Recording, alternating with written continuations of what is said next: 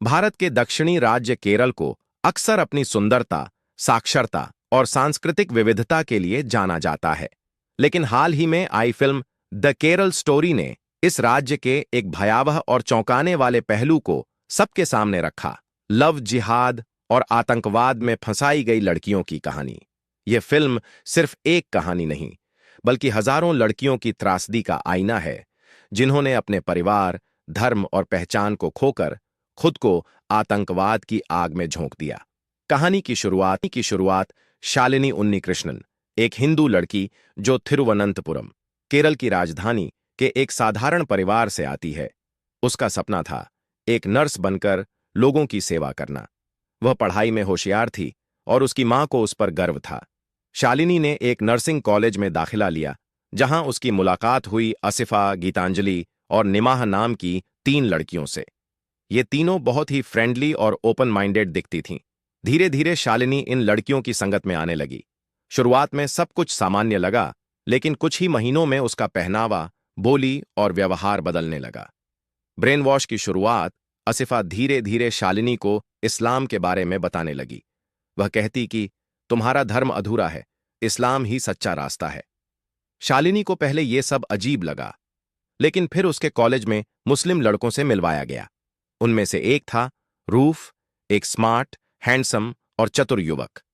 Roof ने शालिनी को emotionally trap करना शुरू किया। प्यार, केयर और सहानुभूति का ऐसा जाल बुना कि शालिनी पूरी तरह उससे प्रभावित हो गई। एक दिन उसने शालिनी से कहा, अगर तुम मुझसे प्यार करती हो तो इस्लाम कबूल करो, वरना हम एक नहीं हो सकते।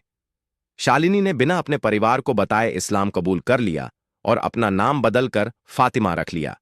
इसके बाद उसकी दुनिया पूरी तरह बदल गई। कट्टरपंथ की ओर बढ़ते कदम। अब फातिमा यानी शालिनी को एक नए प्रशिक्षण केंद्र में भेजा गया, जहां दिमागी और शारीरिक प्रशिक्षण दिया गया, जैसे कुरान की कट्टर व्याख्याएं, हथियार चलाना, आईडी बनाना और जिहाद के नाम पर आत्मघाती हमले करना।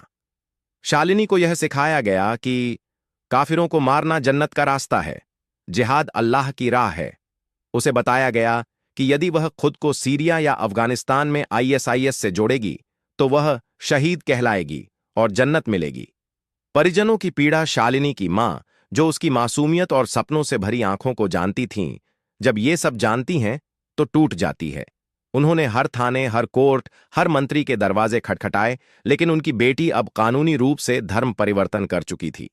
न कानून उनकी मदद कर सका, न समाज। जब सच्चाई सामने आई, इस पूरे नेटवर्क का पर्दाफाश तब हुआ जब कुछ लड़कियां आईएसआईएस में शामिल होने सीरिया भेजी गईं और वहां पकड़ी गईं या मारी गईं।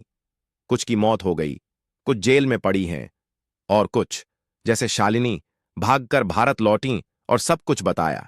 शालिनी ने स्वीकार किया कि मुझे एक सोच के तहत ट्रैप किया गया था। मुझे प्यार, धर्म और जन्नत के नाम पर बरगलाया गया। मेरे जैसे हजारों केरल की लड़कियां इस जाल में फंसी हैं। यह सिर्फ एक कहानी नहीं है। सरकारी रिपोर्ट्स और एनालिस्ट्स का दावा है कि करीब 30,000 लड़कियों को केरल से ऐसी सोच में फंसाकर कट्टरपंथ और आतंकवाद की ओर धकेला गया। इनमें से कई लड़कियां गायब हैं, कुछ विदेशों में मारी जा चुकी हैं और कुछ भारत लौटकर अपना जीवन फिर से शुरू करने की कोशिश कर रही हैं। विरोध और विवाद। द केरल स्टोरी जब फिल्म के रूप में सामने आई तो विवादों का तूफान उठ खड़ा हुआ। कुछ लोगों ने इसे प्रोपेगेंडा कहा, जबकि कुछ ने इसे जरूरी सच करार दिया। लेकिन जो लड़कियां सामने आईं, उनका दर्द और आंखों से छलकते आंसू किसी भी बहस से अधिक सच्चाई को बयां करते हैं। सरकार और अदालत की भूमिका। इस घटना के बाद कई संगठनों ने सरकार से यह मांग की कि धार्मिक रूपांतरण की निगरानी होनी चाहिए।